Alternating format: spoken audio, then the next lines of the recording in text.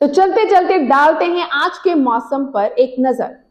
मंगलवार के दिन मौसम ने एक बार फिर से करवट ली और पूरा दिन हल्की फुल्की बारिश होती रही। शहर का आज का अधिकतम तापमान 19 डिग्री और न्यूनतम तापमान 16 डिग्री सेल्सियस दर्ज किया गया।